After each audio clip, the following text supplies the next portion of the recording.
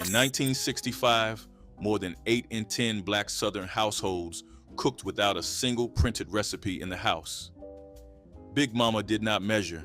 She owned no cookbook.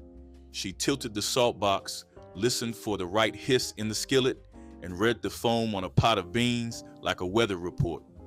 Every trick lived in her hands, and we learned the same way she did, standing next to her until the food got it right. Number 16 on this list shows how she rescued scorched milk with cold tap water and a clean pan. Number 12 is the one your aunties still argue about at every cookout. Number 5 on this list saved a tough pound of round steak from turning into shoe leather. The cookbooks of her day skipped these moves entirely. The kitchens of our grandmothers ran on them. Hit subscribe and stay with us. Here are 25 clever kitchen tricks Big Mama knew that no cookbook could teach. Number 25, reading the foam on a pot of beans. Big Mama did not set a timer for pintos. She watched the foam. When a pot of dry beans first comes up to a boil, a thick gray crown rises to the top. Younger cooks today skim it off and worry. The older women in the kitchen knew what it meant. That foam is starch and saponin lifting out of the bean skins, and the way it behaves tells you the temperature of the pot. A loose, drifting foam means the beans are simmering right. A tight, packed foam climbing the side of the pot means the heat is too high and the skins will split before the centers turn creamy. Big Mama would lift the lid, look once, and slide the pot half off the burner without saying a word. By the time supper was on the table, every bean was tender to the tooth and not a single one had burst. The foam was the timer. Her eyes were the thermometer. Number 24, measuring salt in the cup of the palm. There were no spoons in her hand when the salt box came down off the shelf. Big Mama poured the salt into the soft hollow of her left palm, the one nearest the thumb, and gave it a half shake to settle the grains. A flat puddle was for greens. A small mound was for the bean pot.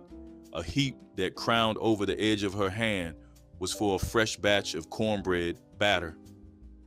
She had learned the measure standing next to her own grandmother as a child, and her hand knew the right weight the way a piano player's fingers know a chord.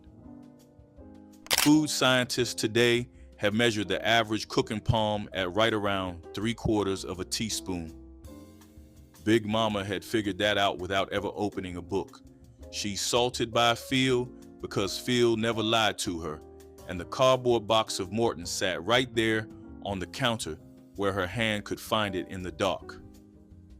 Number 23, testing hot oil with the wooden spoon handle. Before a single piece of chicken hit the grease, Big Mama lowered the dry end of a wooden spoon straight down into the pot. If the wood sat there quiet, the oil was cold and the chicken would sit in it like a sponge. If a slow string of pearl bubbles climbed the handle, the oil was right around 350 degrees, the temperature every fried chicken recipe in the world will tell you to chase. If the bubbles came up fast and angry, she slid the pot off the eye and waited. No clip-on thermometer ever lived in her kitchen. The wood told the truth every time because moisture trapped in the grain reacted to the heat of the oil with predictable bubbling, and once you had seen it, you never forgot what right looked like. Her chicken came out the color of polished walnut, and the crust never went soggy on the plate. Number 22, seasoning the heavy iron pan with bacon fat. The heavy black pan on the back of Big Mama's stove was older than her grown children, and it shone like wet stone every morning. After every meal, she rinsed it clean with hot water, never soap, dried it on a hot burner so no bead of moisture could sit on the metal, and rubbed a thin film of bacon fat across the cooking surface with a folded square of paper bag. That single thin coat baked into the iron by the residual heat was what kept the pan from rusting and kept the next batch of cornbread from sticking. By the end of a decade, the surface was as slick as glass. By the end of 3 decades, the pan was an heirloom. The science behind it is simple. Animal fat polymerizes under heat into a slick, durable layer that bonds to the iron at the molecular level. Big Mama did not need the word polymerize. She knew that bacon fat made the pan behave, and that lard worked too in a pinch, and that vegetable oil never quite gave you the same finish. More than that, she knew the pan itself was an inheritance. The skillet she used had been her mother's and her mother's mother's before that. Every meal cooked in it left a faint trace of itself in the seasoning.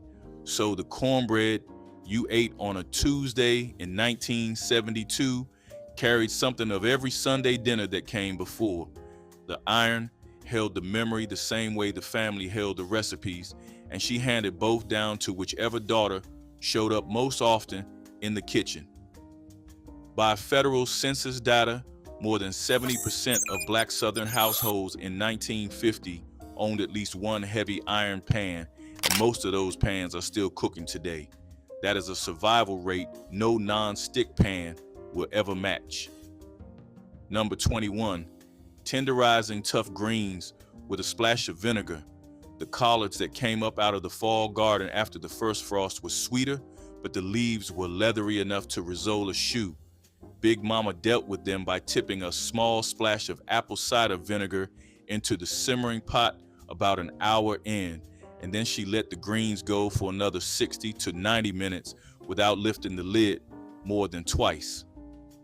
The mild acid in the vinegar breaks down the tough cellulose in mature greens, which is why the leaves end up silky instead of stringy.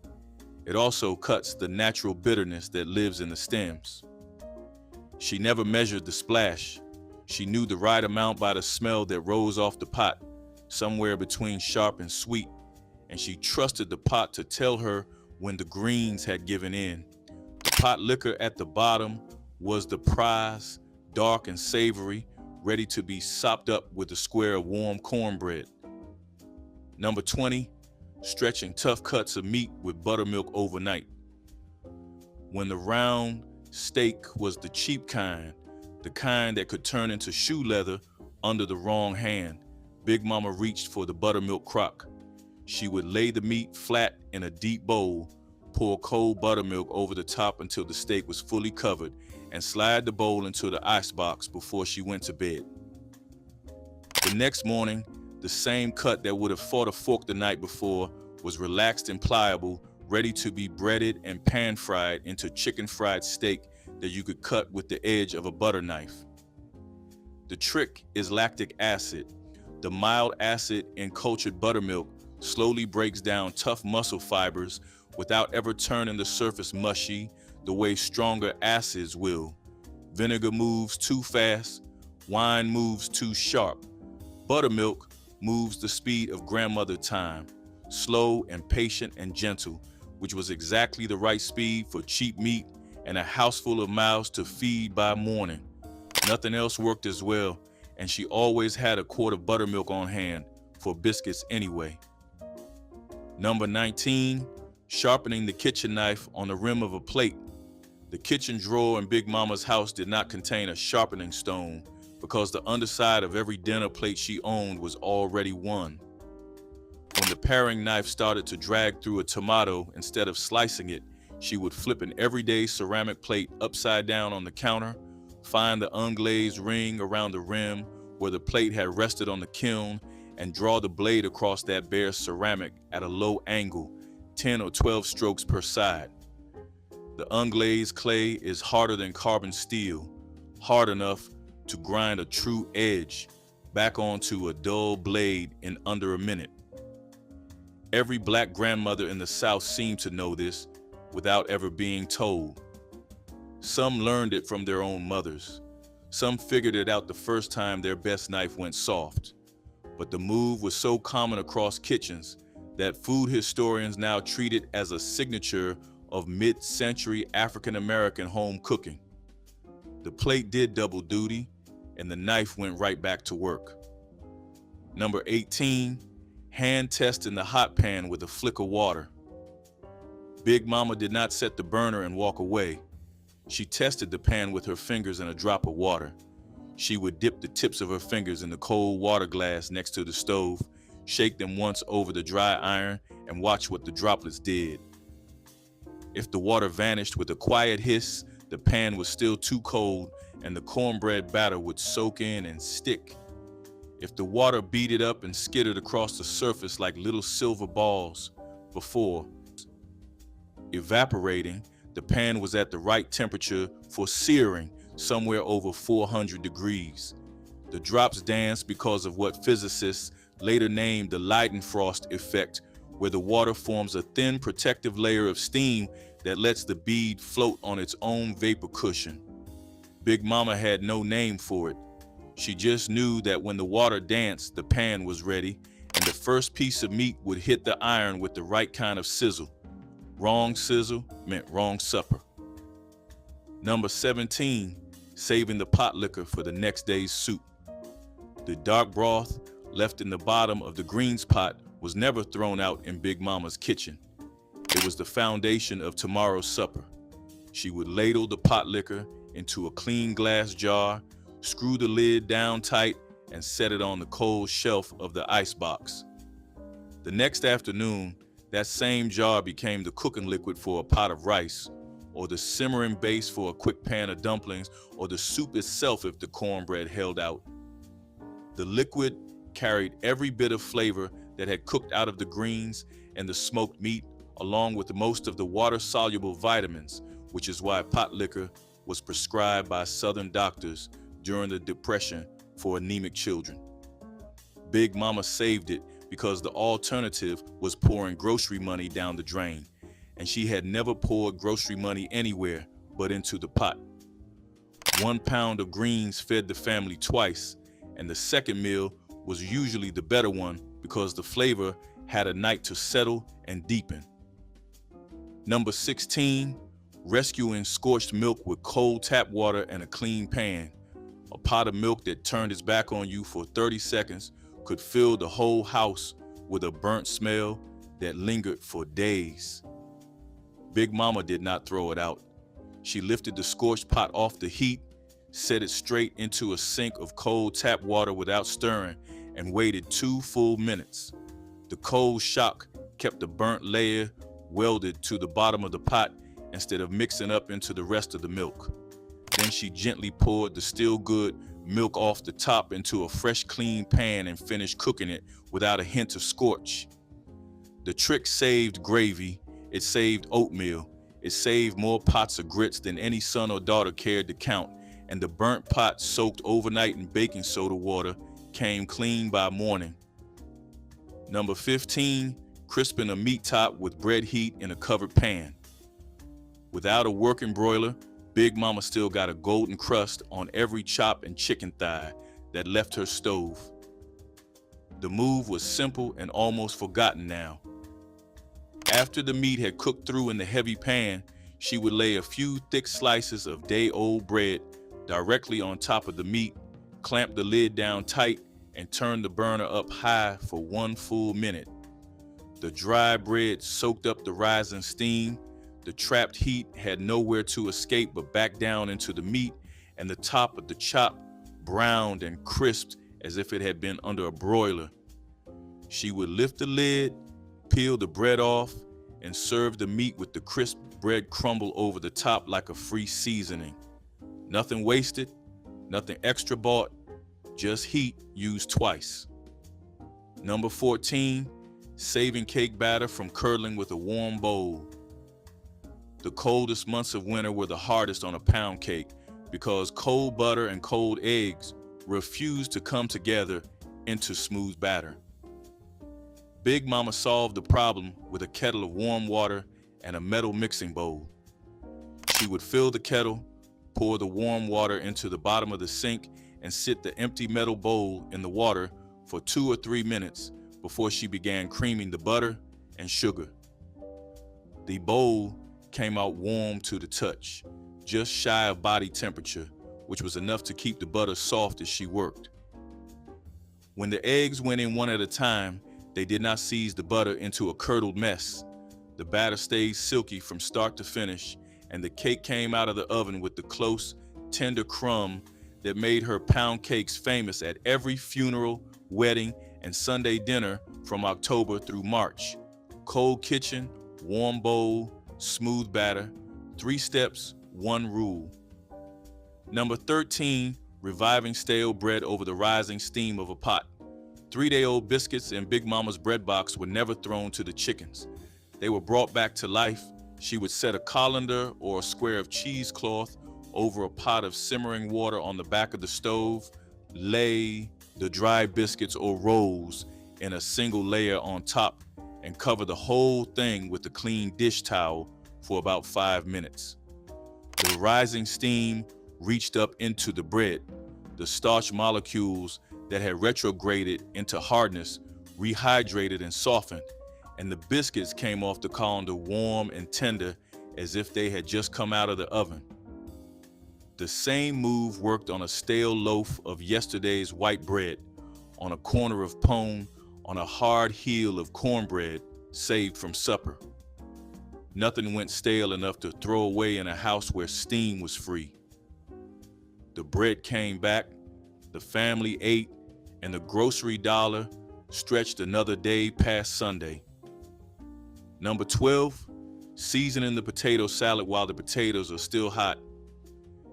This is the one your aunties still argue about at every cookout, and Big Mama settled it 40 years ago.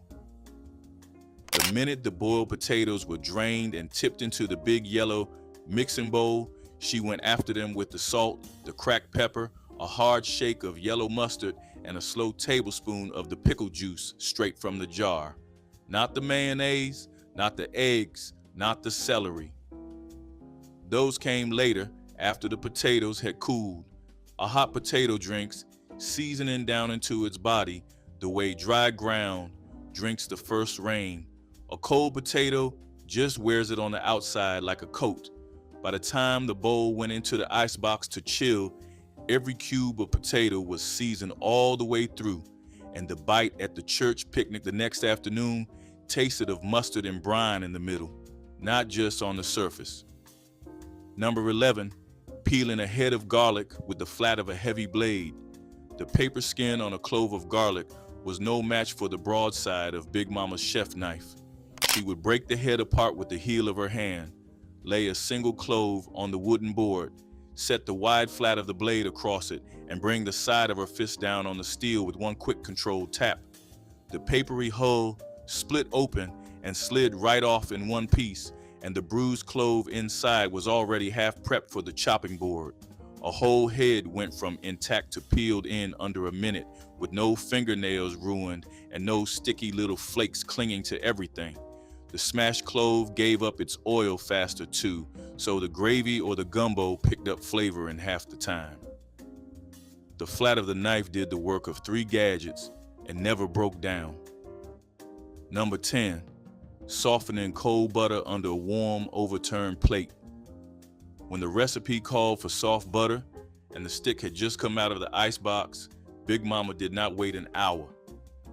She ran a heavy dinner plate under hot tap water for 30 seconds, dried it on her apron, and set it upside down over the cold stick like a little dome. 3 or 4 minutes was all it took. The trapped warmth from the plate softened the butter evenly without melting a single edge, so the creaming came together smooth and the cake batter stayed light.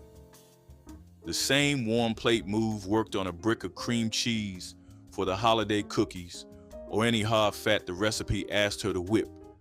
No microwave on the counter, no melted puddle to scrape up, just a warm plate, a patient hand, and butter that came back to room temperature on her schedule.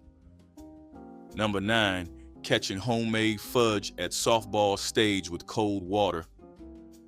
There was no candy thermometer hanging in Big Mama's kitchen, and her fudge set up firm and creamy every single Christmas. The test she used was older than the stove she stood at. As the sugar, butter, cocoa, and evaporated milk bubbled away in the heavy pot, she kept a teacup of ice-cold water sitting right beside the burner. Every couple of minutes, she would dip a wooden spoon into the boiling syrup, pull a small drop and let it fall straight into the cold water. If the drop dissolved away into a thread, the candy was not ready. If it sank to the bottom and held its shape as a soft, pliable ball you could pinch between two fingers, the syrup was at the softball stage, 238 degrees on the thermometer she did not own. She pulled the pot off the eye, let it cool to lukewarm, and beat it by hand with a wooden spoon until the surface lost its shine and turned matte. That was the signal to pour, and the fudge cut clean from the buttered pan once it set. Number 8, making self-rising flour from plain flour on the spot.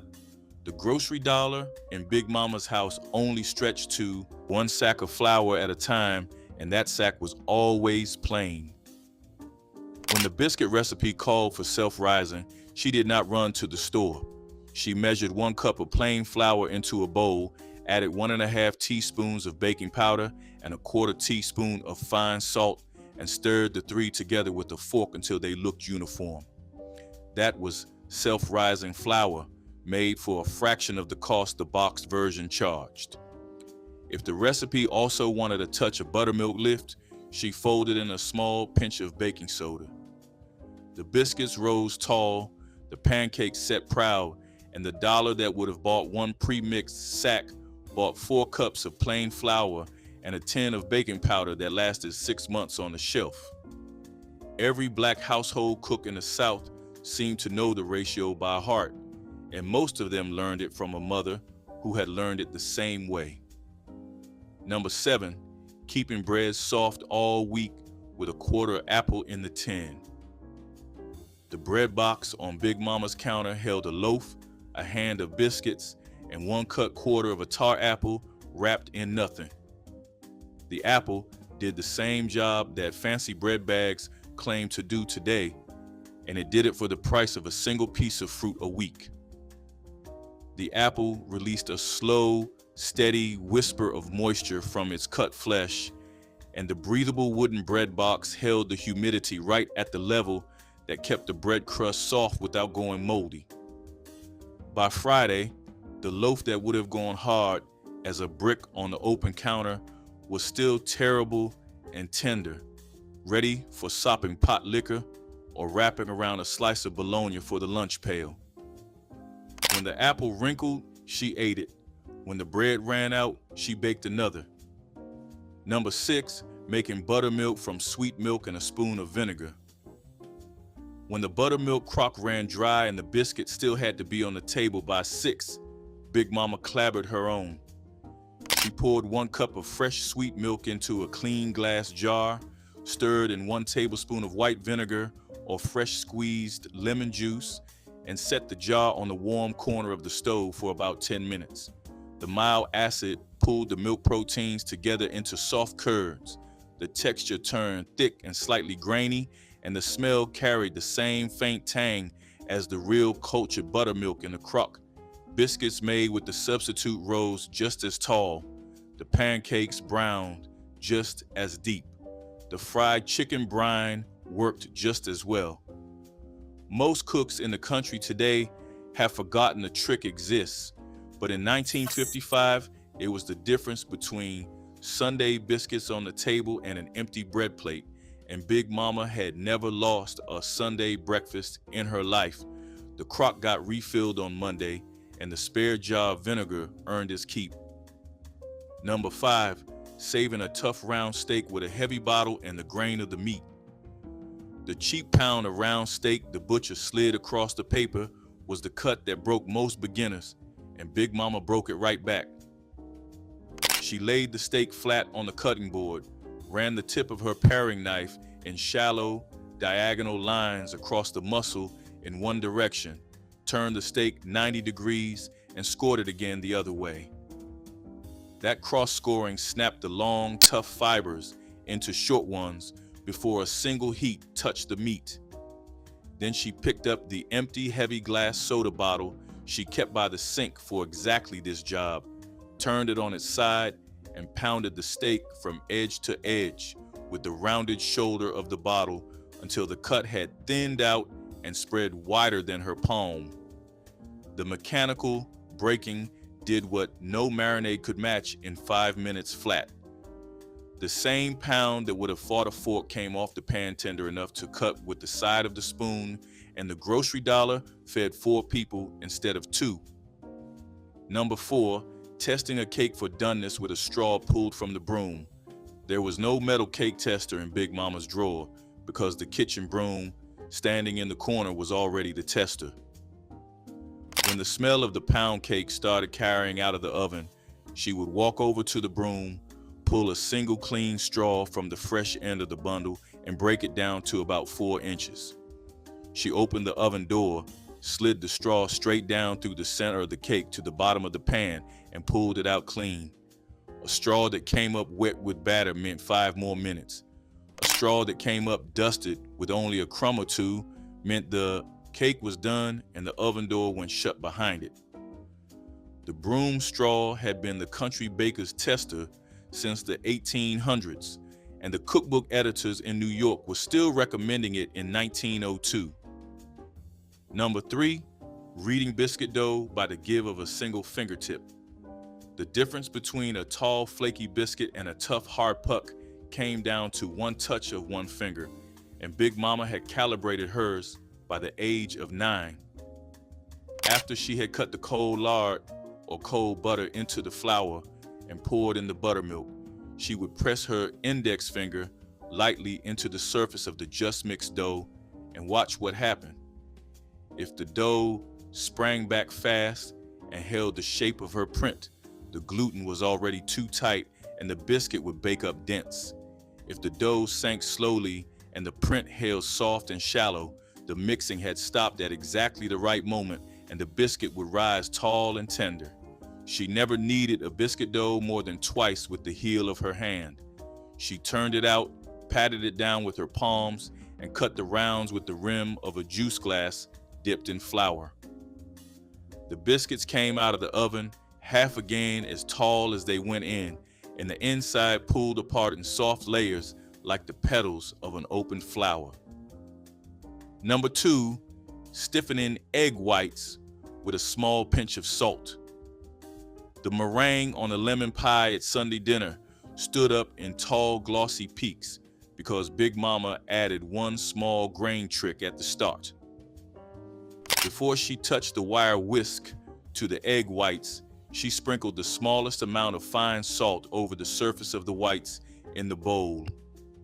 The salt destabilized the proteins just enough to help them unfold and trap air faster, so the whites whipped up to stiff peaks in about half the time it would have taken without it. The peaks held their shape long enough to spread, the meringue baked up firm without weeping, and the lemon underneath stayed bright. 1 grain of salt, 2 minutes saved, a pie that held its head high on the table. Number 1, reading oven temperature with the bare hand at the rack. Big Mama never owned an oven thermometer, and she never burned a pan of biscuits. She opened the oven door, slid her bare hand in palm down at the middle rack, and counted slowly. 6 full seconds before the heat drove her hand back was a slow oven around 300 degrees, the right temperature for a slow-baked custard. 4 seconds was a moderate oven around 350, the right temperature for a layer cake or a loaf of bread. 2 seconds was hot, around 425, the right temperature for a sheet of biscuits to spring tall, and 8 minutes flat. 1 second meant pull the pan out of the way until the box settled down. No dial on the front of the stove ever told the truth in a kitchen that old. Her hand did, and that hand could read an oven faster than any thermometer we have built since. Number 24, hot water cornbread. This was the bread of no oven. Corinne's kitchenette had a 2-burner gas ring and nothing else. So she made bread in a cast iron skillet on the stovetop. Yellow cornmeal, a pinch of salt, and boiling water poured straight over the meal until it tightened into a soft dough. She shaped it into small patties with wet hands and fried them in bacon drippings saved from the morning. The outside turned crackling brown. The inside stayed soft as pudding. 3 cents worth of meal fed 5 people. Her grandmother taught her the water had to be rolling hot or the patties would fall apart in the grease. That detail had traveled up from the Carolinas with every cook who boarded the train north. Now here is what most people miss. Hot water cornbread was not a recipe. It was a solution. No oven, no milk, no eggs, no problem. When a child came home coughing, the first thing she reached for was not a doctor. It was a teaspoon, a sugar cube, and a brown bottle of turpentine. A few drops of the pine-smelling oil soaked into the sugar, and the child swallowed it whole, eyes watering, throat burning, but breathing easier within the hour. This was standard medicine in Black households across the South from the 1930s clear through the 60s, documented in folk medicine studies from Texas to the Appalachian foothills of East Tennessee.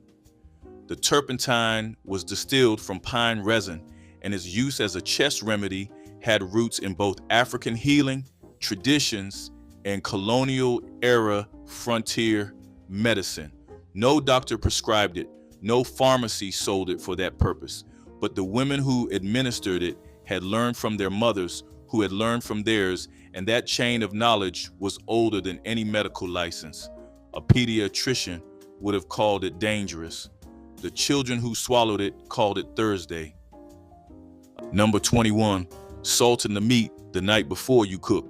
It, a Birmingham kitchen in 1955.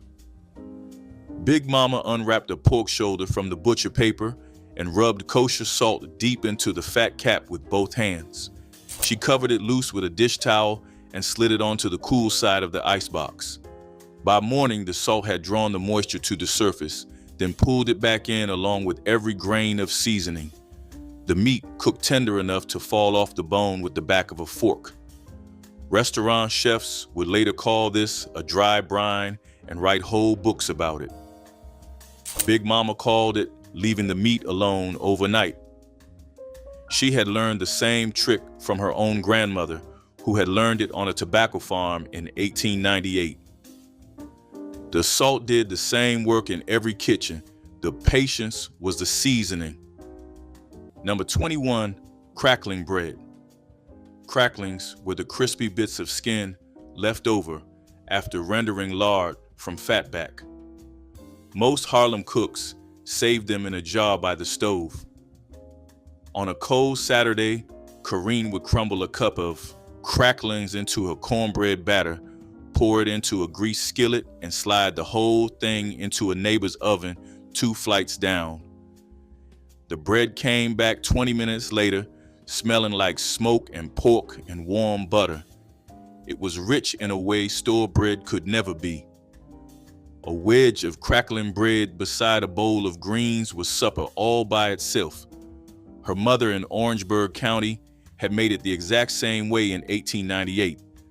Passed down, traditional, the kind of bread that tasted like a memory even when you were eating it the first time. A single-gallon jug of white vinegar sat under every kitchen sink, and it worked harder than any product on the cleaning aisle. Mixed with water, it cut grease on the stovetop and left the counters smelling sharp and clean. Poured straight, it ate through the calcium buildup inside a kettle. Added to the rinse water, it made glassware shine without a single streak. But vinegar did not stop at cleaning. Mixed with honey and warm water, it was the morning drink for a woman with aching joints, a remedy documented among African American elders in rural communities across the South. A tablespoon in a glass of water settled a sour stomach faster than anything from the drugstore. Splashed into a pot of greens, it balanced the bitterness and deepened the flavor. One bottle, about 15 cents, and it replaced the window cleaner, the antacid, the floor polish, and half the seasonings in the cupboard.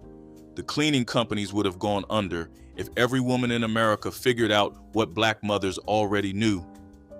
Number 23, rendering pork fat on a Sunday and pouring it into a coffee can for the rest of the week. A wood stove in Greenville, Mississippi, 1953. Your Big Mama cut 3 pounds of fatback into half-inch cubes Drop them into a heavy pot with a quarter cup of water and let the whole thing simmer over a low flame for 2 hours. The water cooked off, the fat melted out clear as honey. The crackling sank to the bottom, golden and crisp, ready to be salted and snacked on by any grandchild who wandered through. The clear lard went through a square of cheesecloth into a Maxwell house can on the back of the stove. That can fed her family every supper for a week and the next and the next. The thing is, modern science didn't walk back its warnings on lard until around 2010. By then, she'd been cooking with it for 60 years and had never seen the inside of a cardiologist's office.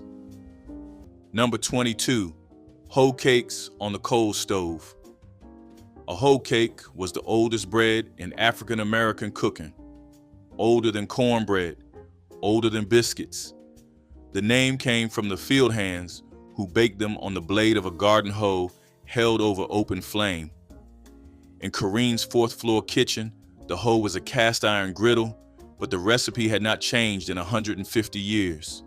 Cornmeal, salt, lard, water, that was it. She mixed it thin, spooned it onto the hot griddle, and flipped it once. 2 minutes aside, a stack of 6 hoe cakes and a tin of molasses fed the whole household on a Sunday morning for under a dime. The old timers at the stoop said a hoe cake was the taste of every generation that came before you. Every single one of them had eaten the same bread. If you washed that skillet with soap, you were not welcome back in the kitchen. That was the rule, and everybody who grew up in a black household in the 1950s knew it without being told twice. The cast iron was seasoned. Years of cooking oil and animal fat had built up a slick, dark coating on the surface that worked better than any nonstick pan a factory could produce. You cleaned it with hot water and a stiff brush, maybe a handful of coarse salt to scrub the stuck bits loose, and you dried it on the burner so it would not rust. Then you rubbed it with a thin layer of grease and put it back where it lived, which was right on top of the stove because it never went far. Some of those skillets were 40, 50 years old, passed from mother to daughter like jewelry, except more useful. The seasoning held the flavor of decades, and the women who cooked in them swore the food tasted different in a new pan. They were right. You cannot buy what time builds into iron. Number 25, rinsing rice in cold water 3 times before it ever touches the pot. A blue speckled bowl on a porcelain sink in 1949 Charleston. Your big mama poured the long grain in, swirled it twice with her fingers, and tipped the cloudy water down the drain. She did it again, and then a third time until the water ran clear as a creek in March. What most people miss is that supermarket rice came dusted with talc and broken starch, the kind that'd turn a pot of clean white rice into glue by supper time. Edna Lewis wrote about this same trick in her notebooks from Freetown.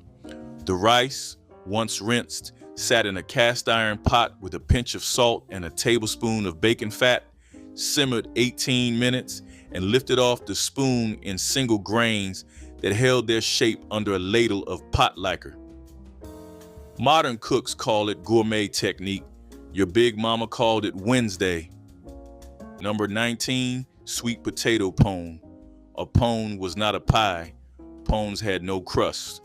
Corinne grated 3 sweet potatoes by hand, beat in 1 egg, a cup of cane syrup, a spoon of nutmeg, and a pour of evaporated milk.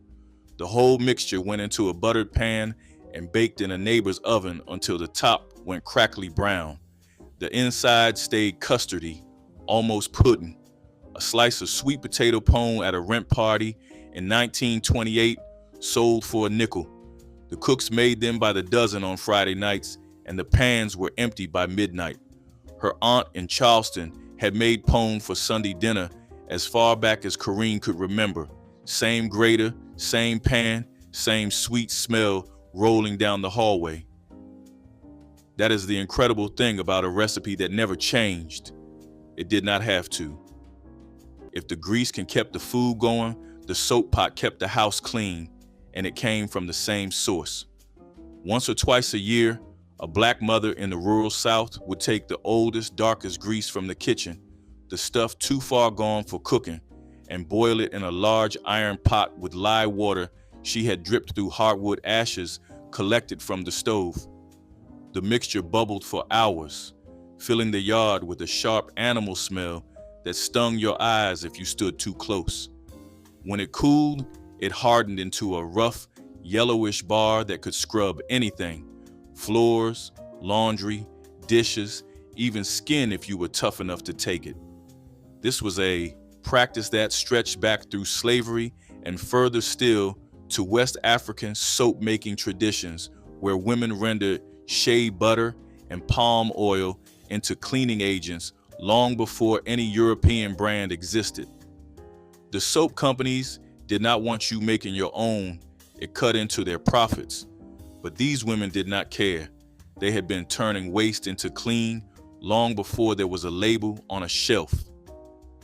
Number 22, soaking dried beans overnight with a teaspoon of baking soda in the water. A Memphis kitchen in 1962. Big Mama dropped a pound of dried pintos into a chipped enamel bowl, covered them with cold water, and stirred in a single teaspoon of soda from the orange box on the shelf. The beans drank the water, the skins softened. The soda neutralized the gas compounds that had ruined a Sunday afternoon. By morning, the beans had doubled in size. She drained them, rinsed them once, and simmered them with a smoked ham hock and one chopped onion. The pot took 90 minutes instead of 4 hours. She saved gas, she saved time, she saved your granddaddy the embarrassment of a long car ride home from church. The trick traveled with her family from Tennessee to Detroit during the Great Migration, and her granddaughter was still doing it in a Cleveland apartment in 1991. Number 20, salt pork hocks and cabbage. A whole head of green cabbage in 1928, Harlem cost 4 cents. A salt pork hock from the corner butcher cost another dime. That was 14 cents for a pot that fed 6 people. Corrine boiled the hock for an hour until the broth turned cloudy with salt and fat. Then she quartered the cabbage and dropped it in for 20 minutes more. The cabbage came out soft, silver, and swimming in the richest liquor you ever tasted. You sopped it up with cornbread. You did not need anything else. Her grandfather had eaten the same supper in the Low Country on Sundays after church. A century of the same dish, simmered in the same way by hands that had never tasted anything else. Back then, that was enough. Here's what working people knew. A pot of cabbage is a pot of peace. Every scrap of fat that came through that kitchen had a second life waiting. The white fat trimmed from a pork roast was dropped into a pot on the back burner and rendered slow over low heat until it melted into a clear, golden liquid that smelled faintly of Sunday dinner. Strained through cheesecloth and poured into a jar, it became lard, the cooking fat that held together pie crusts, greased biscuit pans, and fried everything from chicken to corn fritters. Beef fat went through the same process and became tallow, harder and waxy, used for frying at higher temperatures. Chicken fat was the softest, saved separately, stirred into rice or spread on bread with a pinch of salt. In the 1940s and 50s, commercial cooking oils were expensive and often unavailable in rural stores that served Black communities. These women did not need a store. They rendered their own from what the animal gave them, and nothing, not a trimming, not a dripping, left that kitchen without being used. Number 24, knocking the cast iron skillet to test the heat before the lard ever went in. A Kentucky kitchen in 1958. The pan had been her mother's, then her aunt's, then hers. Big Mama would drum the iron rim with the back of her wooden spoon and listen for the change in pitch, a low, ringing tone that said the pan was ready. Cold iron answered dull. Hot iron answered like a bell. Once the bell rang, she dropped a pinch of cornmeal into the dry pan. If the meal danced and browned in 3 seconds, the chicken went in. If it didn't, she waited a beat longer. There wasn't a thermometer, an infrared gun, or an app. There was a woman, an iron pan, and 40 years of knowing. The fried chicken came out crackling. The skin shattered. The meat was juicy enough to drip down the wrist of the child who ate it, standing at the counter. Year after year, that same pan rang the same bell. Number 25, neck bones and rice.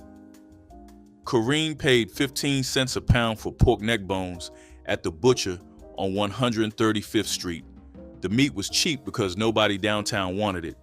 Up in Harlem, it was supper.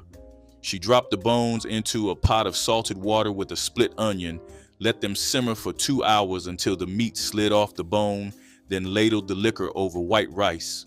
The rice drank up everything the pork gave. Her mother had done the same thing in Beaufort County back in 1895. Her grandmother had done it before that. Back then, a pot of neck bones and rice fed 4 grown men on a night shift for under 40 cents. The thing is, you do not forget that smell. It clung to the curtains. It clung to the stairwell. Neighbors knew what day it was by what was cooking 3 doors down. Simple food, powerful food, and the kind of supper that kept a working woman on her feet through a 12-hour laundry shift. Nobody in those kitchens bought paper towels. What they had was yesterday's newspaper, and it did everything. A sheet of newsprint laid under a pile of fried fish soaked up the grease better than anything from a store-bought roll. Crumpled up with a splash of vinegar, it polished the window until you could see clear to the street. Spread flat, it lined the shelves where dishes sat and the drawers where spoons were kept. Folded thick, it became a pad under a hot pot pulled straight off the burner. In some houses, old newspapers were rolled tight and used as kindling to start the fire that heated the kitchen before dawn. The ink left marks on your fingers and sometimes on the fish, but nobody complained. That was just a taste of a house that used everything twice. Even the comic section had a second life laid flat on the kitchen table so children could cut shapes for school projects while supper cooked behind them. Number 20, dropping a clean copper penny into the greens pot to keep the color bright. A Sunday afternoon in Macon, Georgia, 1948. The collards had been picked from the garden that morning, the stems stripped, the leaves stacked and rolled and sliced into ribbons. Big Mama dropped them into the pot with a smoked turkey neck, a splash of cider vinegar, and a single Lincoln penny scrubbed bright with a slice of lemon. The greens cooked 2.5 hours. The copper held the green pigment in the leaves, so the pot came out emerald instead of army drab. She fished the penny out with a slotted spoon before serving and dropped it back into the cleaning jar by the sink. Modern cookbooks tell you to skip this trick because they're worried about leaching. Your big mama would tell you a clean penny and a clean pot for 2 hours never killed a soul, and the greens still tasted like Sunday. Number 23, fried cornmeal mush. Leftover grits from Tuesday did not get thrown away in a Harlem kitchen. Ever. Corrine poured the thick mush into a loaf pan and left it on the fire escape overnight to set. By morning, it was firm enough to slice. She cut the loaf into thick slabs, dredged them in dry meal, and fried them in fatback grease until the edges went gold and lacy. A drizzle of cane syrup on top, and that was breakfast for 4. The whole plate cost maybe 6 cents. Her father had eaten the same breakfast on a tenant farm in Sumter County decades earlier. He called it yesterday's supper, showing up for work again. That is frugality passed down through 3 generations. The kind of cooking your grandmother did not write down because nobody thought to ask. bread did not go stale in those kitchens. It graduated.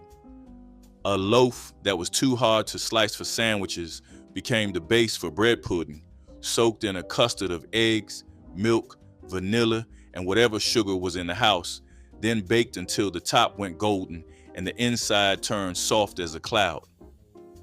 The crust nobody wanted at lunch became breadcrumbs by supper, rubbed between two hands over a bowl and stored in a jar for coating fried pork chops or topping a casserole. Heels of bread were cubed and dried for stuffing at Thanksgiving, or fried in a skillet with butter and cinnamon for a breakfast that cost almost nothing and tasted like somebody loved you. In Black households through the 1940s and 50s, throwing away bread was close to sin, not because of scripture, but because of memory. The women who baked it remembered when there had been no bread at all, and that memory lived in their hands long after the pantry was full. Make one of these tricks yours this week. Pick the bottle-pounded steak or the warm plate butter, the broom straw test, or the hand over the open oven rack, and try it without looking at the recipe card once. Stand in your own kitchen the way she stood in hers, watching the foam, listening for the sizzle, reading the dough with one finger. The cookbooks of her time skipped these moves because the women who knew them were not the women who wrote the cookbooks. They handed the knowledge down through the hands of whoever stood next to the stove, and we are the table they were aiming for all along. Cook this way, and you are keeping alive a kitchen that almost did not make it to us.